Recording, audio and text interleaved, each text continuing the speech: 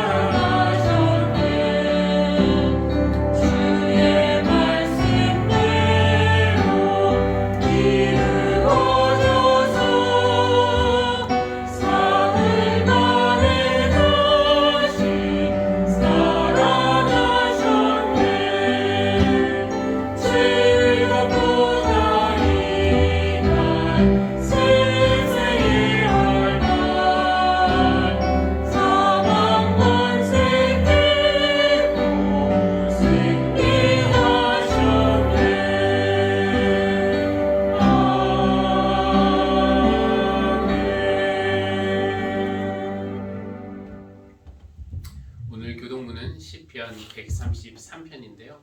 133편은 아주 짧은 시편입니다. 그래서 교독량이 적은데 우리 함께 교독을 하겠습니다. 그 얼마나 아름답고 즐거운가. 형제 자매가 어울려서 함께 사는 모습. 머리 위에 부은 보배로운 기름이 수염 곧 아론의 수염을 타고 흘러서 그 옷깃까지 흘러내림 같고 헤르몬에 있으리 시온산과 엘리가 같구나. 주님께서 그곳에서 복을 약속하셨으니 그 복은 곧 영생이다. 아멘.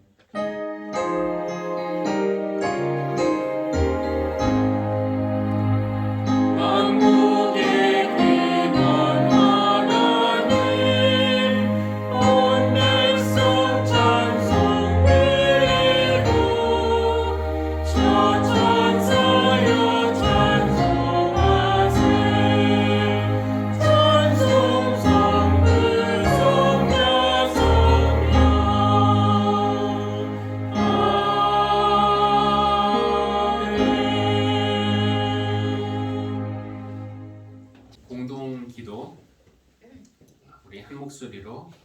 함께 기도 올려드리겠습니다. 시작.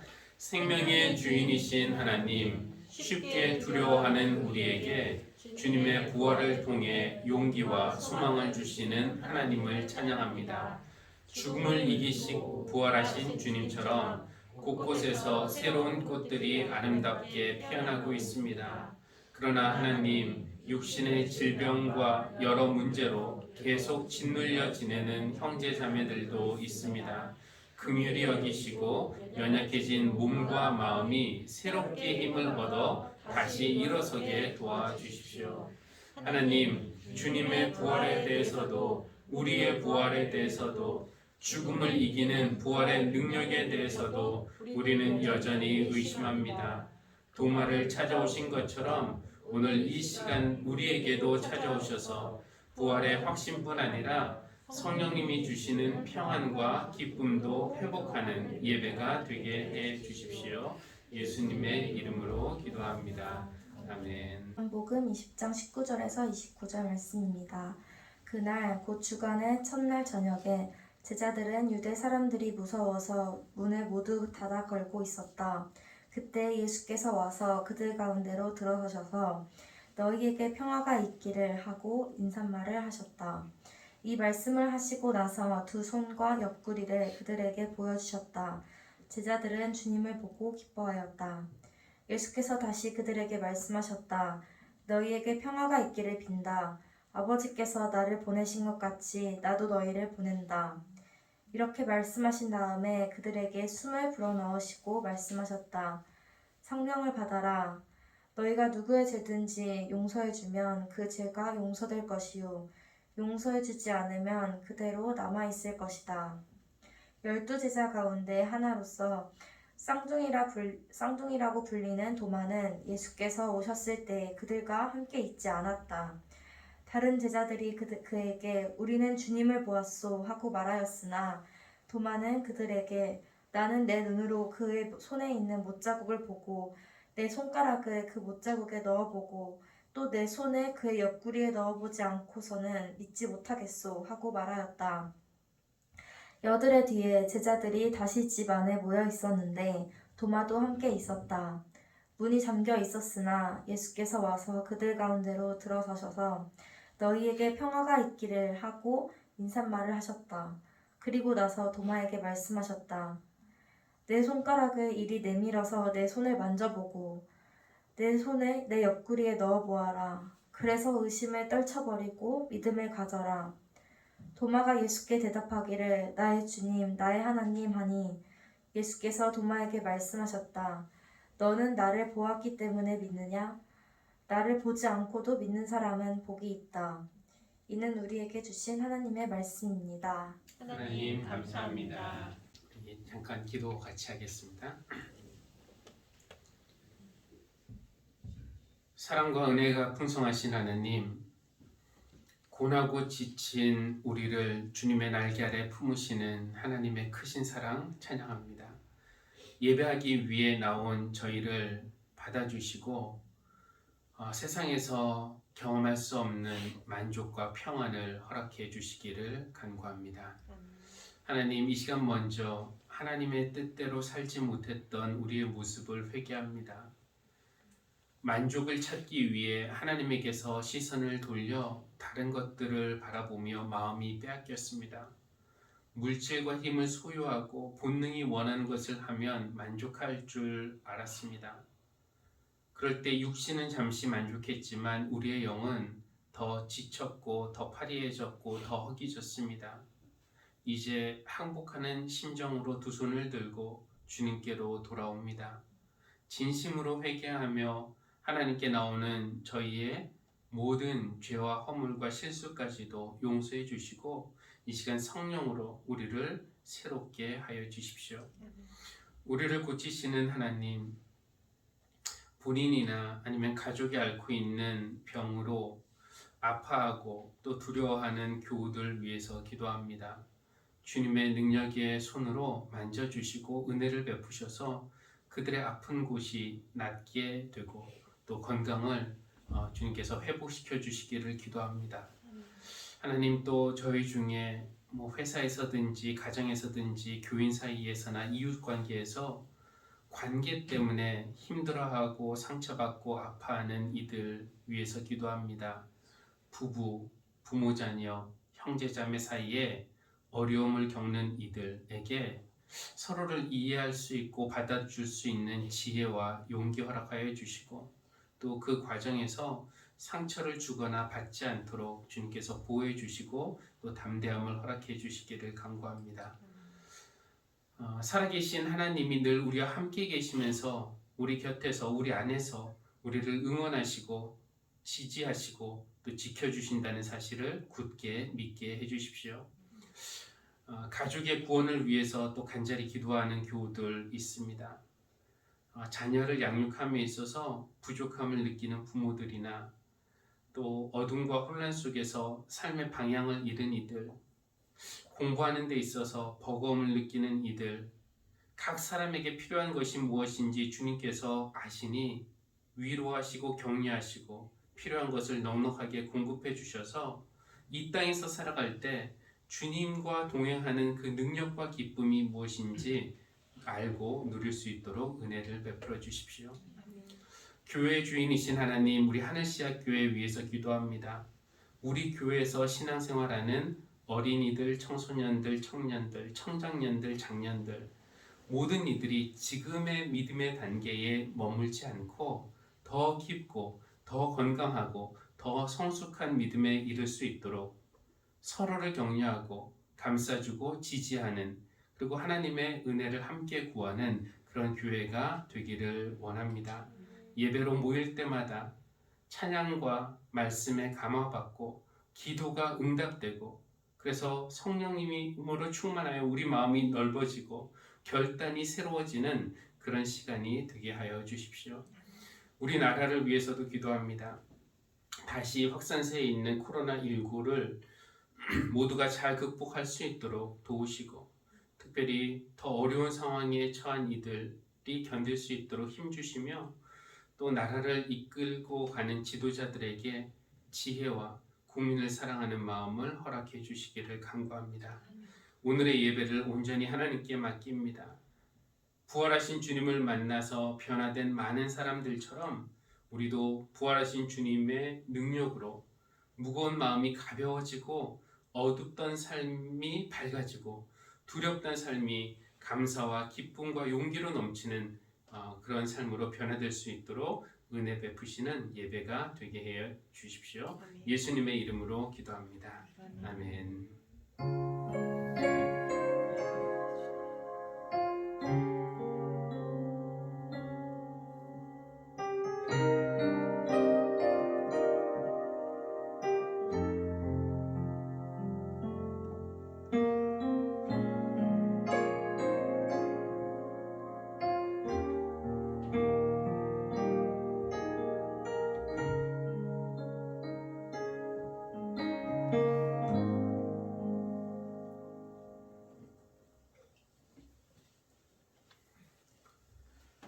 교회에서 사용하는 여러 가지 용어들이 있지만 그 중에서 믿음이라는 말만큼 중요한 말이 또 있을까 싶습니다. 이런저런 여러 행위로 구원을 받을 수 있다는 것을 강조했던 중세 가톨릭 교회에 대항하여 나온 것이 우리 개신교회이기 때문에 교회는 처음에 그 구호를 모토를 삼은 구호가 뭐냐면은 오직 믿음으로. 그래서 행위로 구원받는 것이 아니라 믿음으로 구원받는다는 말, 교회를 오래 다니신 분들은 뭐 수도 없이 많이 들으셨을 것이고 어렸을 때부터 다녔던 분들은 그런 찬양도 자주 불렀을 거예요. 돈으로도 못 가요, 하나님 나라. 지식으로도 못 가요, 힘으로도 못 가요. 믿음으로 가는 나라, 하나님 나라. 이런 찬양 우리가 어렸을 때부터 불렀습니다. 이렇게 믿음이 중요하다는 것이 강조되다 보니까 의심이라는 말은 아주 부정적인 그런 단어로 인식이 되었는데요. 오늘 우리가 읽은 본문 요한복음 20장 19절부터 29절에 나오는 이야기 때문에 도마라는 제자는 12제자 중에 한 명인데 도마라는 제자는 의심 많은 혹은 의심하는 이라는 그런 별명이 붙었고 우리 믿음의 후배들이 본받지 말아야 할 그런 선배가 되어버렸습니다. 저는 이 도마로부터 우리가 믿음에 대해서 좀 배울 점이 있다라는 그런 말씀을 드리고 싶은데요. 우리가 지난 주일에도 읽었지만 부활하신 주님이 가장 먼저 만나신 사람이 막달라 마리아였는데 그를 만나서 제자들에게 가서 주님의 부활 소식을 전하라고 보내셨죠. 그런데 어떻게 되었습니까? 제자들은 막달라 마리아가 하는 말, 예수가 살아계시다는 것과 마리아가 예수를 목격했다는 말을 듣고서도 믿지 않았다. 제자들은 믿지 않았어요. 막달라의 말만 듣고 주님의 부활을 믿지 못했던 겁니다. 그랬기 때문에 제자들은 그 부활 소식을 전해 들었지만 그날 저녁까지 무서워서 방문을 걸어 닫고 숨어 있었던 것입니다. 그날 저녁 예수님이 새벽에 부활하시고 그날 저녁에 주님이 제자들을 찾아오셨습니다. 그리고 그들에게 두 손, 무브자국이죠. 그리고 옆구리에 난 창자국을 보여주신 후에야 제자들이 주님이 부활하셨구나 라는 사실을 믿게 되었습니다. 그러니까 제자들이 이런 부활의 믿음에 이르게 된 데는 주님이 부활하셨다라는 마리아의 증언만으로는 부족했던 것이고 부활하신 예수님을 직접 보고 나서 더 정확하게 말하면 그의 손과 옆구리를 보고 나서야 그들이 믿게 된 것입니다. 주님이 이렇게 제자들에게 나타나신 시간에 안타깝게도 도마는 그 자리에 없었다고 합니다. 나중에 도마가 돌아올 때 제자들이 그들이 경험한 것을 나누죠. 우리가 주님을 보았어. 하지만 도마가 그 말을 믿지 못합니다. 여러분 어떻습니까? 도마는 유난히 의심이 많은 사람인가요? 막달라 마리아가 내가 주님을 보았다 했을 때 다른 제자들이 믿지 못했던 것처럼 도마의 친구들이 우리가 주님을 보았다 했을 때 도마가 못 믿은 거예요. 그러니까 제가 보기에는 다른 제자 10명이나 이 도마나 믿음의 수준에 있어서는 별 차이가 없다는 것입니다. 이 도마가 유별난 증거를 지금 요구하는 것이 아니지 않습니까? 다른 제자들과 비슷한 수준의 그런 증거를 보고 싶어 하는 겁니다. 그러니까 의심이 많은 제자라는 그런 수식어가 붙어 다니는 것은 도마로서는 좀 억울하다 싶은 그런 생각이 듭니다. 저는 도마를 조금 더 긍정적으로 보고 싶은데요. 의심하는 라는 수식어를 좀 떼어내고 좀 긍정적으로 그것을 표현해서 스스로 좀 확실히 알고 싶어하는 그런 마음이 강했던 제자라고 말하고 싶습니다. 그러니까 의심, 이거는 이제 불신앙이 아니라 그냥 의심인데 의심은 조금 더 확실히 알고 싶은 그런 마음의 다른 말이라고 할 수 있겠습니다. 도마에게 이런 마음이 있었기 때문에 그의 믿음 성장에 그것이 큰 도움이 되었습니다. 제가 방금 믿음 성장이라는 말을 사용했는데 믿음이라는 것이 우리가 단지 믿음이 있다 없다 뭐 이렇게만 말할 수도 있지만 그것은 좀 부족하고 믿음의 어떤 성장 단계가 있다고 봐야 할 것입니다. 아이가 태어나서 어린이가 되고 청소년이 되고 청년이 되고 청장년이 되고 어른이 되고 이런 성장 단계가 있듯이 우리의 믿음에도 이런 단계가 있다는 것인데요. 이 믿음의 발달 단계에 대해서 설명하는 이론들이 많이 있는데 그 중에서 아주 간단한 것, 누구나 들으면 알만한 그런 이론 하나 소개하면요. 웨스터호프라는 사람이 설명한 것이라고 하는데 그는 믿음의 단계를 3단계로 구분을 합니다. 첫째가 받아들이는 단계, 둘째가 찾아가는 단계, 그리고 셋째가 믿음을 소유하는 그런 단계입니다. 이 첫째 단계는 그냥 받아들이는 단계인데 이 단계는 그 믿음의 내용이 무언지 확실하게 모른 채 잘 몰라도 그냥 수용하는 겁니다. 지난 고난주간 때 금요일 성금요일에 이제 저희 가족이 모여서 저녁에 기도를 하는데 누구라고 제가 밝히지는 않겠지만 아이가 오늘 예수님이 십자가에 못 박히신 날인데 다음 화면 잠깐 보여주시겠어요? 이렇게 기도를 하더라고요. 각자 한 명씩 돌아가면서 기도하는데 오늘 예수님이 십자가에 못 박히신 날인데 잘 못 박히게 해주시고 그러면 이제 좀 이상하잖아요. 그래서 잠깐 망설이다가 어쨌든 우리 위해서 십자가 지셔서 감사합니다. 그렇게 기도하고 나더니 그림을 그려요. 저 옆에 있는 그림을. 예수님이 십자가에 못 박혀 돌아가시고 예수님 감사합니다. 근데 제가 이 아이가 정말로 여러분 이거 가서 봤다고 그림 봤다고 얘기하시면은 제가 곤란해지니까 말씀하지 마시고 다음 페이지로 빨리 넘겨주세요. 혹시 지금 들어올 수도 있으니까. 이 아이가 정말 자기 죄의 심각성을 알고 그리고 예수님이 자기 죄를 위해서 돌아가신 것을 믿고 그 은혜 감사하다고 그렇게 고백하는 것은 아닐 겁니다. 그렇죠? 그냥 그렇게 배웠기 때문에 일단은 그냥 그렇게 받아들이는 것이고요. 그래서 예수님 저희 죄를 위해서 돌아가셔서 감사합니다 라고 그렇게 표현을 하는 것입니다. 저도 어렸을 때 교회에서 이제 성경을 외우도록 그렇게 시켰는데 그중에 이제 시편 23편을 가장 먼저 외웠던 것 같아요. 초등학교 한 4, 5학년쯤 됐으려나요? 여호와는 나의 목자시니 내게 부족함이 없으리로다. 그가 나를 푸른 풀밭에 누이시고 쉴만한 물가로 인도하시는도다. 자기 이름을 위하여 내 영혼을 소생시키시고 자기 이름을 위하여 의의 길로 인도하시는도다. 내가 사망이 음침한 골짜기로 다닐지라도 해를 두려워하지 않는 것은 주께서 나와 함께 하심이라. 주의 지팡이와 막대기가 나를 안위하시나이다. 주께서 내 원수의 목전에서 내게 상을 차려주시고 기름을 내 머리에 부으셨으니 내 잔이 넘치나이다.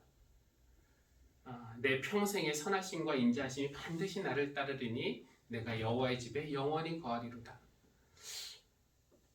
여러분 한번 초등학교 한 4, 5학년쯤 되는 아이가 교인들 앞에서 이렇게 시편 23편을 외운다고 한번 상상해 보십시오. 겉으로 보면은 믿음 누구 집 아들인가 믿음이 꽤 좋네 이렇게 보일 겁니다. 그러나 어릴 때 그 시편을 외운다고 해서 그것이 제 진짜 신앙 고백은 아니었어요. 사실 도시에서 계속 자란 제가 주님은 나의 목자이시다. 목자를 본 적도 없는데 주님은 나의 목자시다라는 그런 고백은 제게 있어서는 뭔가 이렇게 살아있는 그런 고백은 아니었습니다.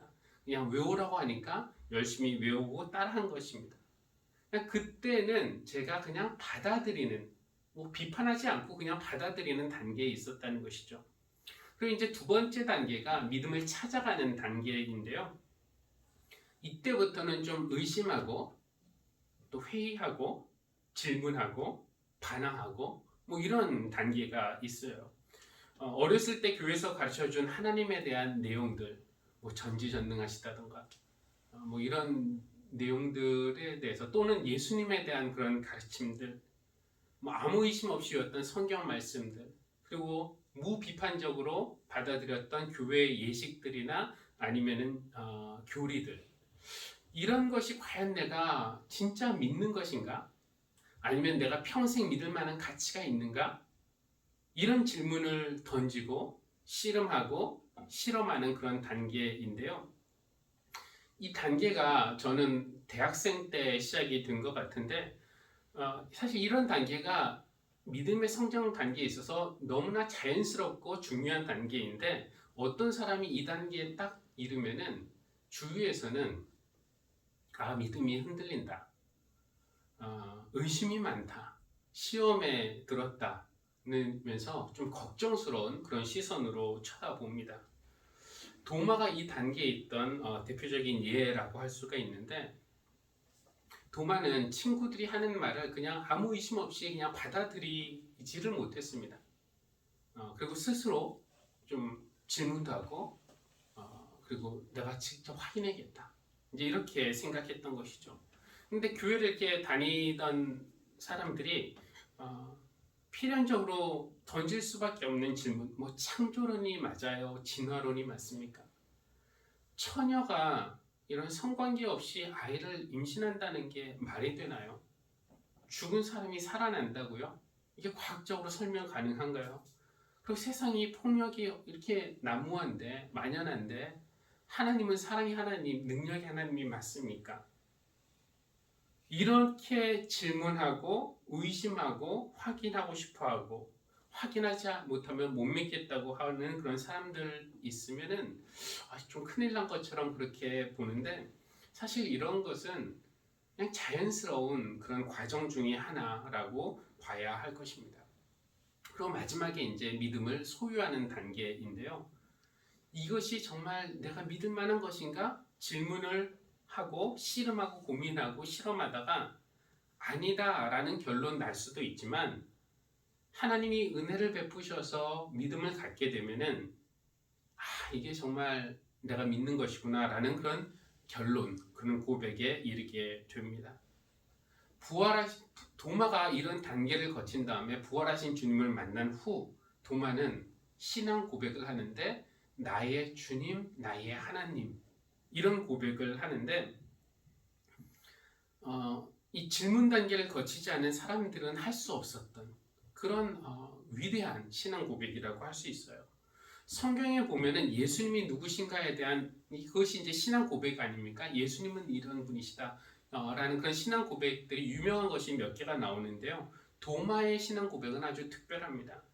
예를 들면 세례 요한은 예수님이 지나가실 때 보라, 세상 죄를 지고 가는 하나님의 어린 양, 하나님의 어린 양이다, 이렇게 이야기를 했고요.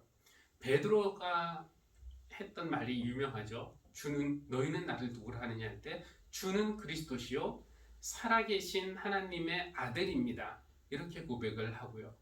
또 예수님이 십자가에 처형당하실 때 거기에 있던 로마의 백부장은 이 사람은 진실로 하나님의 아들이었다, 이렇게 고백을 합니다. 그러니까 도마의 신앙 고백이 나오기 전까지 이런 사람들은 예수님을 메시아로 고백하고 그리스도로 고백하고 같은 말이지만 하나님의 아들로 고백을 했지만, 예수님을 하나님으로 고백한 사람, 나의 주님, 나의 하나님, 이렇게 고백한 사람은 도마가 처음 아닙니까? 그러니까 지금까지 나온 여러 신앙 고백 중에서도 이 도마의 고백, 나의 주님, 나의 하나님이라는 고백은 신앙 고백들 중에 절정이고 클라이맥스라고 할 수가 있습니다.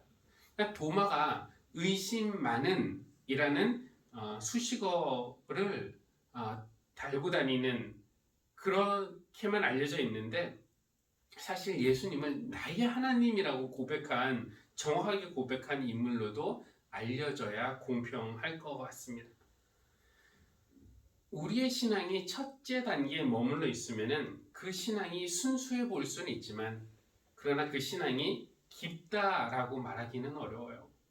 왜냐하면은 그것은 정말 내가 소유한 그런 신앙이 아니라 남이 그렇다고 하니까 그냥 그렇게 알고 있는, 믿고 있는 것일 뿐입니다.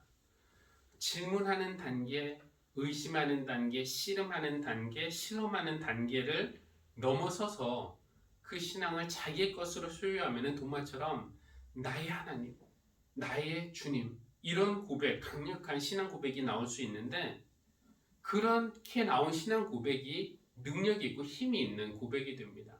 아닌 것은 그냥 예쁘지만 온실 속 화초 같은 그런 신앙이지만, 내가 직접 찾은 그 신앙은 그런 고백만 하는 것이 아니라 진짜 마음에서 우러나는 그런 고백이 있기 때문에 그 고백이 나의 실제 삶에까지 영향을 미치게 되는 것입니다.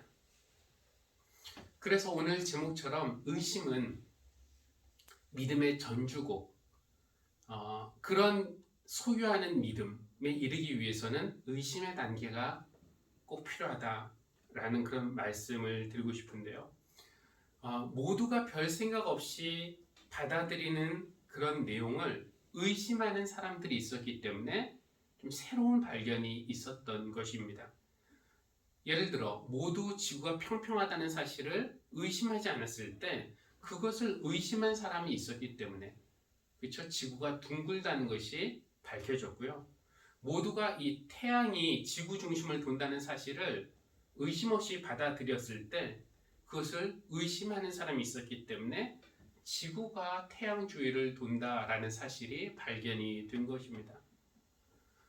예수님도 어떤 면에서는 의심하는 분이었다고 할 수 있습니다. 세상이 가르쳐주는 것에 대해서 세상은 권력과 부귀와 영화, 명예 이런 거 추구해야 이런 거 획득해야 행복하다, 만족할 수 있다라고 가르칠 때 예수님은 그것을 의심하셨기 때문에 하나님 나라를 구하라 이렇게 가르쳐 주셨습니다. 낮아지는 것이 높아지는 것이고 죽는 것이 사는 것이고 순종하는 것이 참 자유에 이르는 길이다 라는 것을 예수님이 가르쳐 주셨어요. 모두가 그 사마리아인들에 대해서는 열등하고 나쁜 민족이라고 말했을 때 예수님은 그 사실을 의심하셨기 때문에 선한 사마리아인의 비유를 드실 수가 있었던 겁니다. 당연하게 받아들여지는 것을 의심할 때 새로운 발견에 이를 수 있고 그 새로운 발견이야말로 자기의 것이 되는 것입니다. 여러분 혹시 신앙생활하면서 의심이 드는 것이 있습니까? 하나님이 나를 사랑하신다는 사실, 예수님이 지금도 살아계시다는 사실, 예수님과 동행하면 영생에 이른다는 사실, 나눌수록 풍성해지고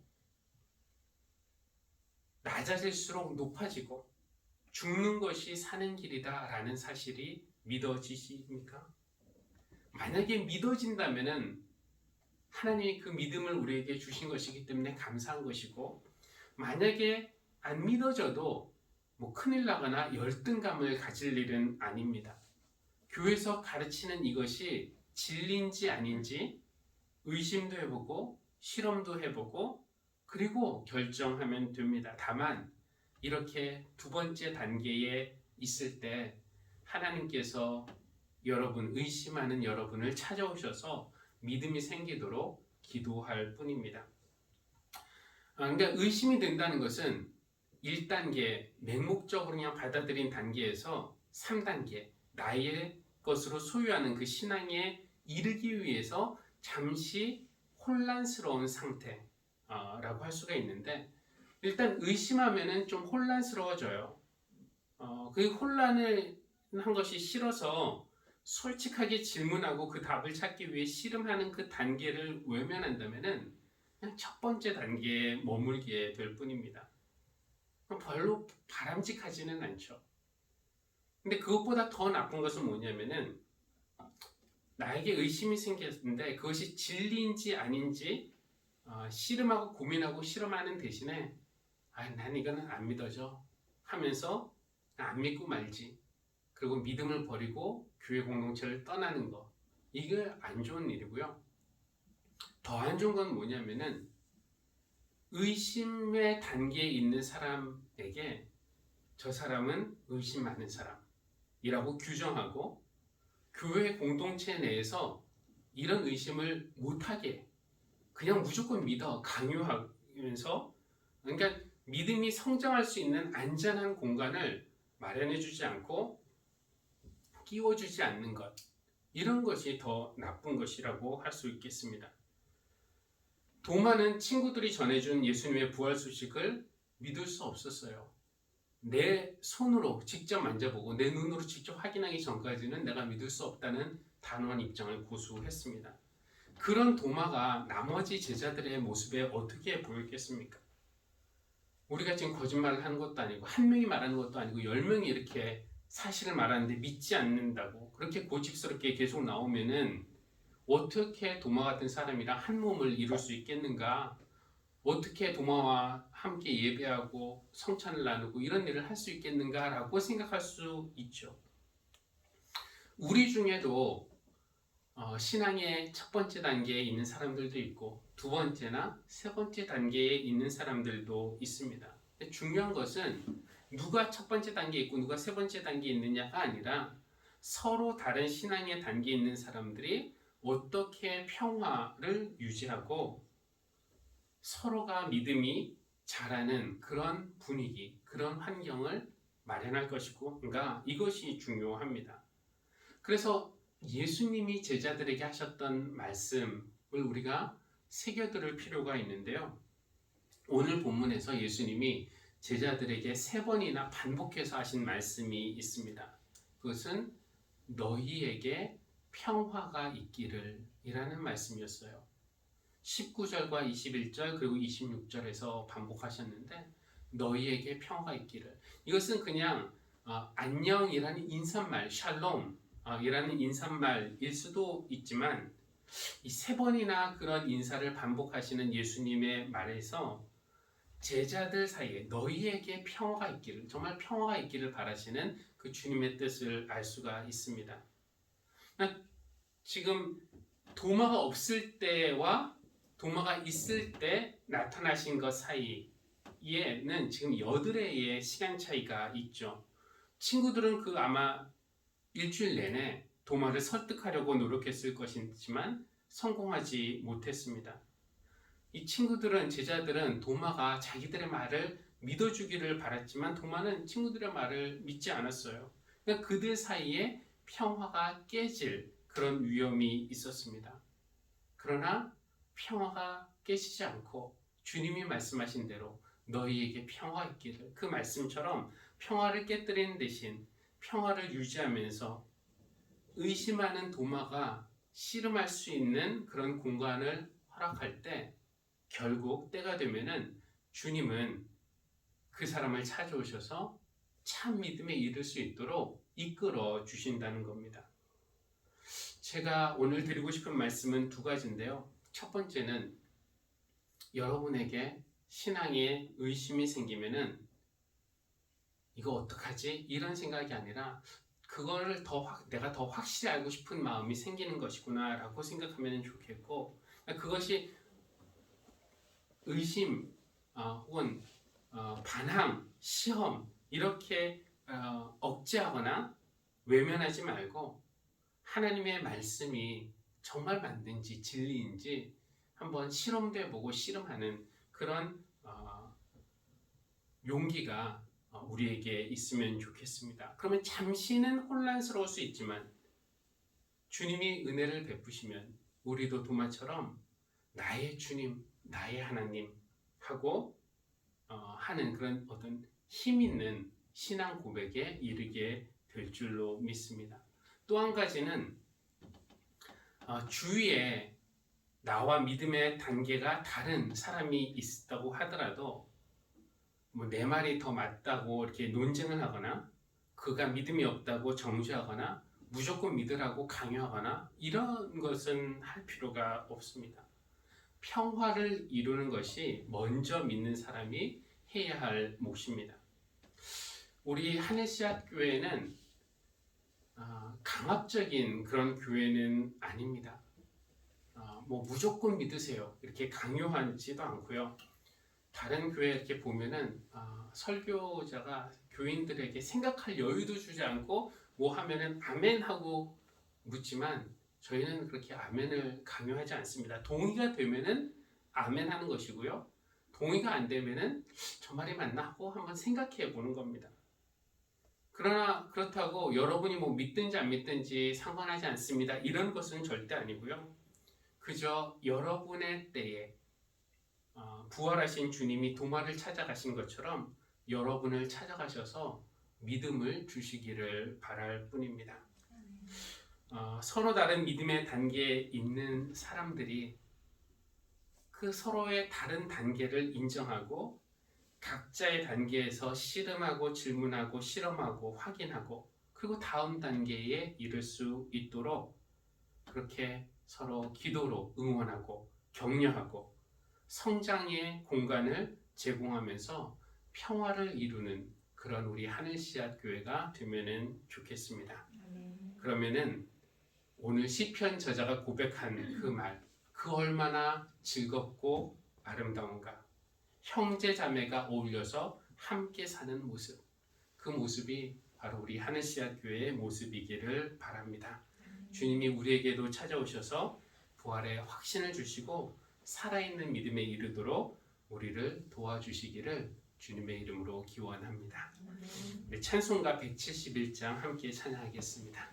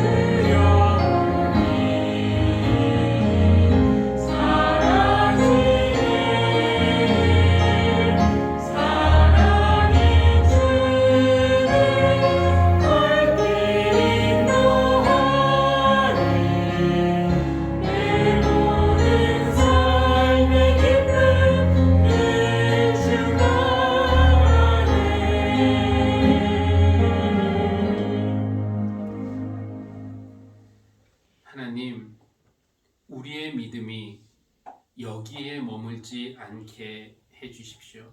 더 성장하여서 살아있는 믿음, 우리 마음에서 우러나오는 고백, 내 삶을 바꾸는 능력 있는 믿음에 이르도록 우리를 찾아오시고 만나주시고 손을 잡고 이끌어 주시기를 기도합니다. 서로 다른 믿음의 단계에 있는 사람들이 모여 교회를 이루었습니다. 서로의 믿음을 격려하되 강요하거나 무시하지 않게 하시고 함께 평화를 이루어가는 교회가 되게 하여 주십시오. 우리 교회에서 신앙생활하는 모든 이들이 마음에서 우러나오는 말로 그리고 자기의 입으로 나의 하나님, 나의 주님 고백할 수 있도록 은혜 베풀어 주십시오. 우리의 믿음과 또 사랑과 헌신과 감사를 담아 예물을 드립니다. 기쁘게 받아주시고 하나님의 나라를 위해 사용해 주시고 또 하나님 나라를 위해서 자신을 봉헌할 때 더 풍족하게 채우시는 하나님의 놀라운 사랑과 은혜 경험할 수 있도록 하여 주십시오. 예수님의 이름으로 기도합니다. 아멘.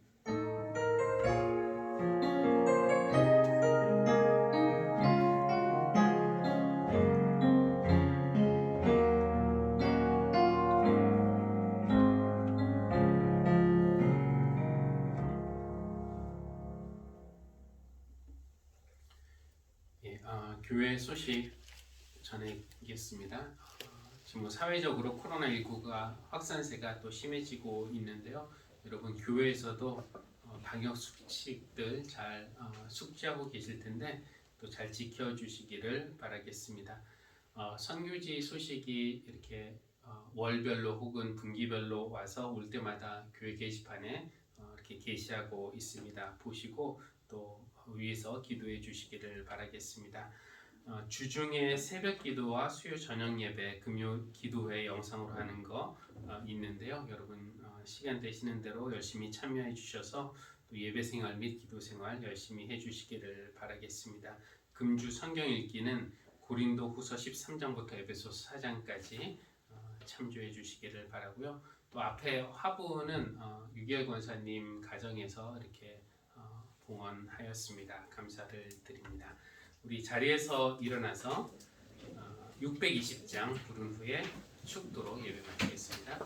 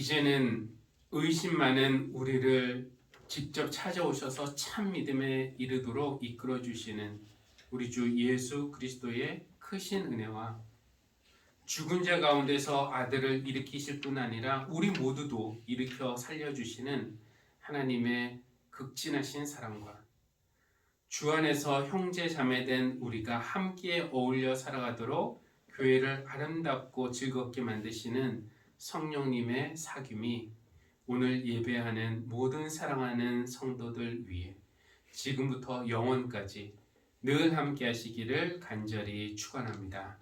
아멘.